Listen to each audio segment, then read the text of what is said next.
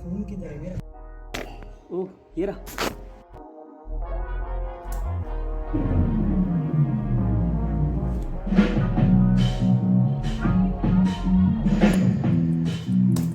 तो मैंने मई 2019 के टाइम एक वीडियो बनाई थी जिसमें मैंने बताया था कि कैसे बूट लोडर बर्न कर सकते हैं ATmega 328U माइक्रो कंट्रोलर के अंदर, प्लस उसको कैसे प्रोग्राम कर सकते हैं थ्रू ISP पिन। तो अभी भी मेरे को स्टिल कमेंट आ रहे हैं कि उनको सेम एरर अभी भी दिखा रहा है निक गैमन का कोड यूज़ करने के बाद भी। तो इस वीडियो में मैं आराम से बताऊंगा कि कैसे प्रोग्राम करना है और कैसे बूट लोडर बर्न करना है, ये जो local ATmega 328U micro controller आता है उसको। Now you may ask why we need boot loader and what is the purpose of boot loader, and the one question that always remain, what the hell is this boot loader? So the question is why we need a boot loader. The answer is simple, because कि हमें जो हमारा जो sketch है हमें उसको programme करना है प्रोग्राम मेमोरी के अंदर। तो जो बूट लोडर होता है वो बताता है कि प्रोग्राम मेमोरी कौन सी है, और यहाँ पे तुम अपना जो नया स्केच है वो फ्लैश कर सकते हो और इसको रीप्रोग्राम कर सकते हो। तो इस चीज़ के लिए हमें बूट लोडर की हेल्प की ज़रूरत होती है। तो जो हमारी प्रोग्राम मेमोरी होती है उसमें एक फ्लैश मेमोरी होती है जिसके अंदर हमारा स्केच होता है, और नीचे की साइड हमारी बूट लोडर मेमोरी होती है जिसके अंदर हमारा बूट लोडर होता है। तो बूट लोडर क्या करता है, मतलब काम कैसे करता है कि जैसे ही तुम माइक्रो कंट्रोलर को रीसेट करोगे ना, चाहे कितनी भी बार रीसेट करो, तो सबसे पहले वो क्या करेगा, बूट लोडर वाला स्केच को रन करेगा। बूट लोडर वाला जो छोटा सा स्केच होगा वो चेक करेगा कि जो हमारा USB और सीरियल से कोई नया स्केच आया है प्रोग्राम करने के लिए फ्लैश मेमोरी को। अगर कोई स्पेसिफिक प्रोटोकॉल और स्पेसिफिक स्पीड पे अगर कोई स्केच आ रहा होगा तो वो हमें बता देगा और उस फ्लैश मेमोरी को वो रीप्रोग्राम कर देगा। अगर नहीं है तो वो एग्जीक्यूशन पास कर देगा हमारे रेगुलर स्केच पे जो पुराना वाला फ्लैश मेमोरी में पड़ा होगा और उसको रन कर देगा। और ये जब भी फर्स्ट टाइम एक ही बार रन होता है वो जब वो रीसेट होगा।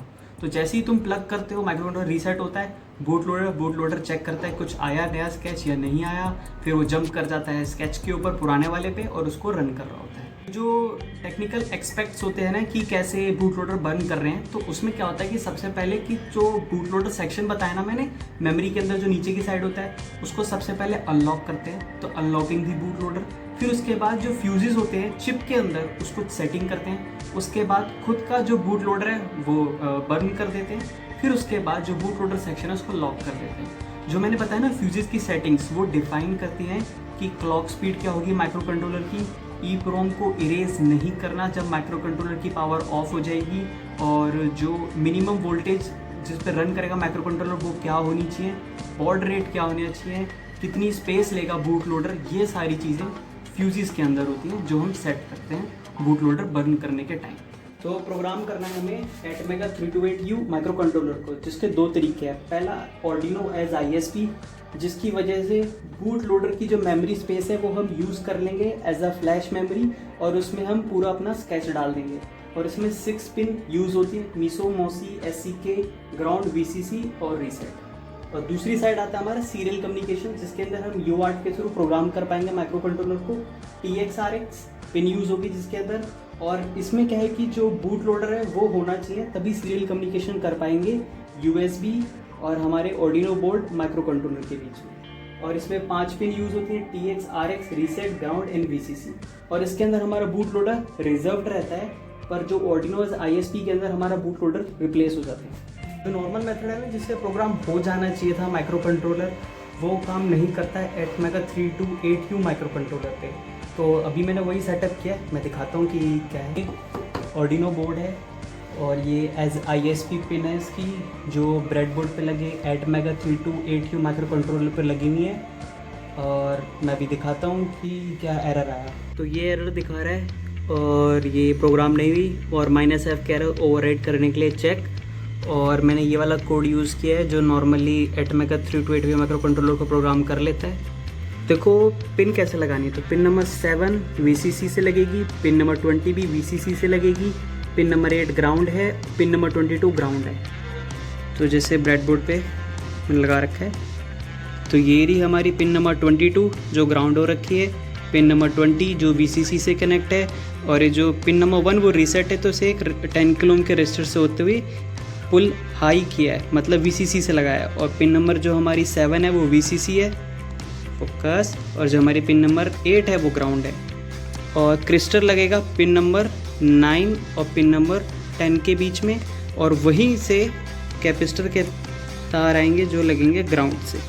तो ये कैपेसिटर हैं 2 जो हर पिन नंबर 9 से होता हुआ ग्राउंड और पिन नंबर 8 से होता हुआ ग्राउंड पे लगेगा। और pin number 19, pin number 18, pin number 17 SCK MISO MOSI. तो ये रही SCK और मीसो मॉसी जो हमारे ऑर्डिनो पे लगेंगी। SMA पिन नंबर 11 पे लगेगी मॉसी, पिन नंबर 12 पे लगेगी मीसो, पिन नंबर 13 पे लगेगी SCK, और नंबर 10 पे लगेगी रीसेट, और पिन नंबर 11 पे लगेगी मॉसी, पिन नंबर 12 पे लगेगी मीसो, पिन नंबर 13 पे लगेगी SCK। तो वही है। तो ये जो वॉयलेट वाली है ये है SCK। तो जो SCK जाएगी हमारी पिन नंबर 13 के पास। फिर आती है येलो वाली जो हमारी है मीसो, ये जाएगी हमारी पिन नंबर 12 के पास। पिन नंबर 11 मतलब जो वाइट वाली है वो जाएगी हमारी 11 के पास, और ये हमारी है मौसी। और रीसेट पिन ब्लू वन जो जा रही है हमारी पिन नंबर 10 के पास। और VCC ग्राउंड तो मैंने इसे ले लिया। मैंने दिखाई दिया कि वो प्रोग्राम नहीं चल रहा, तो अब मैं निक गैमन का कोड यूज़ करने वाला हूँ और फिर दिखाता हूँ कि तुम्हें चलता है कि नहीं चलता। तो ये निक गैमन का गेटअप पेज है, मैं लिंक दे दूँगा, और यहाँ से तुम्हें कोड डाउनलोड कर लेना है। फिर तुम्हें ये मिलेगा कोड जिसमें लिखा होगा 8 मेगा बोर्ड प्रोग्रामर, इसको डबल क्लिक करना। तो ये वाला जो स्केच है ना निक गैमन का प्रोग्राम करने का माइक्रो कंट्रोलर को, ये तुम्हें यूज़ करना है। और इसमें यहाँ पे ना बॉड रेट दिया हुआ है, ये याद रखना, ये सेट करना है, ये बॉड रेट प्लीज़ याद रखना। तो ये वाला जो कोड है अब मैं माइक्रो कंट्रोलर के अंदर डालता हूँ। सबसे पहले डन अपलोडिंग। अब इस बॉड रेट के अकॉर्डिंग सीरियल मॉनिटर खोलना है। बॉड रेट सेट है। अब देखो ये क्या कह रहा है, 8 mega chip programmer written by Nick Gammon. ये कह रहा है कि 16 मेगाहर्ट्ज़ लोडर डालना है, ऑफ कोर्स वही डालना है, तो यू टाइप करना है। तो यहाँ पे क्लिक करो और कीबोर्ड में यू दबाया, ठीक, और एंटर दबा दो। अब ये कह रहा है कि आर यू, अच्छा ये बूट लोडर की लेंथ भी बता रहा है और एड्रेस बता रहा है, और कह रहा है कि जी टाइप कर दो, ये लिखा हुआ है ना कि जी टाइप कर दो और बूट लोडर डल जाएगा। तो चुपचाप से यहाँ पे जी टाइप किया, एंटर दबा दो और डन।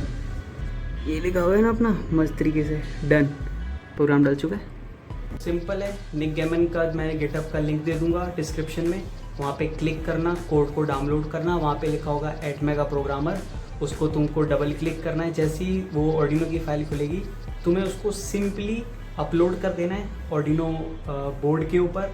ऑर्डिनो बोर्ड के बाद तुम्हें सारी मीसो मॉसी पिन लगानी है, कनेक्शन मैं सर्किट डायग्राम लिंक में दे दूँ। निक गैमन की वेबसाइट है, उस पर भी पूरा सर्किट डायग्राम मिल जाएगा तुम्हें आराम से।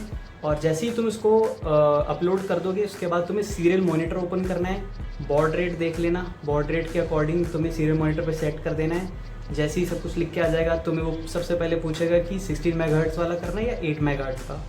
माइक्रो कंट्रोलर जो होता है ना उसके अंदर इंटरनल क्रिस्टल भी होता है 8 मेगाहर्ट्ज़ का, और एक्सटर्नल हम यूज़ करते हैं 16 मेगाहर्ट्ज़ का। तो हमें ऑब्वियसली 16 मेगाहर्ट्ज़ वाला चाहिए, तो तुम वो वाले पे क्लिक कर देना। जैसे ही तुम यू पे क्लिक करोगे कि हमें 16 मेगाहर्ट्ज़ के चाहिए, एंटर कर देना सीरियल मॉनिटर पे। जैसे ही एंटर करोगे फिर वो कहेगा कि वेरीफाई करना है कि जी टाइप करके कोड अपलोड कर देना बूट लोडर। तो जैसे ही तुम जी टाइप करोगे वो बूट लोडर अपलोड कर देगा तुम्हारा माइक्रो कंट्रोलर के अंदर।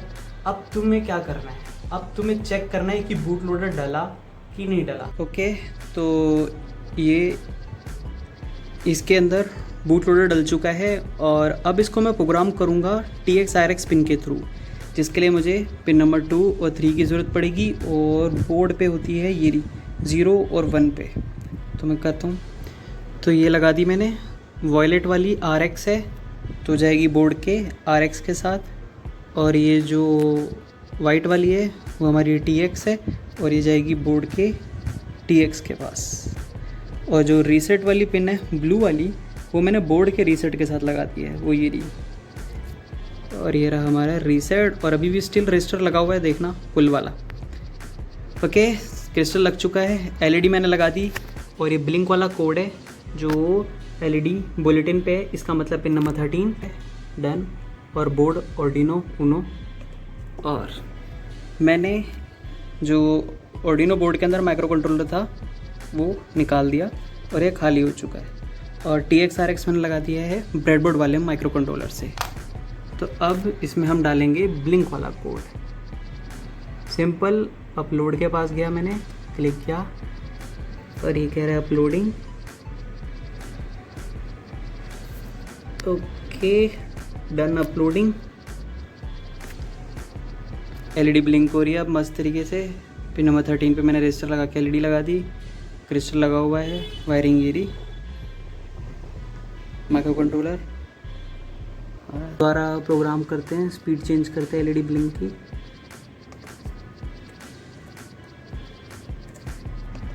Upload, uploading.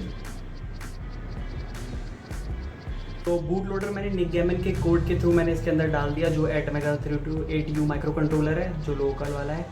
और इसको मैं अभी प्रोग्राम किया TX-RX के थ्रू, ब्लिंक वाला कोड डाल के मैंने चला के दिखाया इसके अंदर जो चल रहा है अभी भी। मान लो कि तुम्हें TX-RX के पिन के थ्रू नहीं करना था, तो सिंपली बूट लोडर बर्न होने के बाद तुम इसको ब्रेडबोर्ड से निकाल कर माइक्रो कंट्रोलर वाला जो ये बोर्ड है ना ATmega 328V का ये वाला, तो तुम ये वाले बोर्ड के अंदर इसको डालकर प्रोग्राम कर सकते हो। देखो, मैं यही कहूँगा कि निक गैमन का कोड सबसे बेस्ट है बूट लोडर बर्न करने के लिए, तो वो यूज़ करो।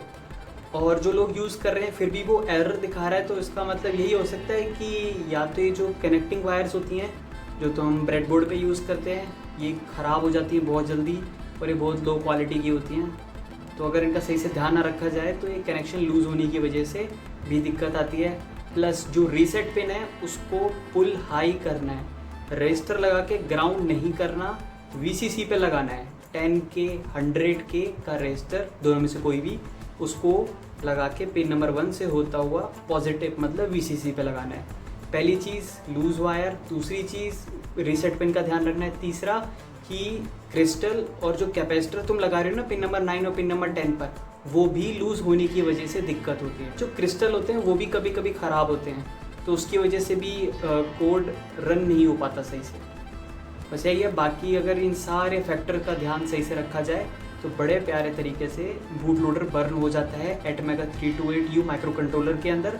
और फिर तुम इसको कहीं भी किसी भी तरीके से यूज़ कर सकते हो प्रोजेक्ट में स्टैंड अलोन।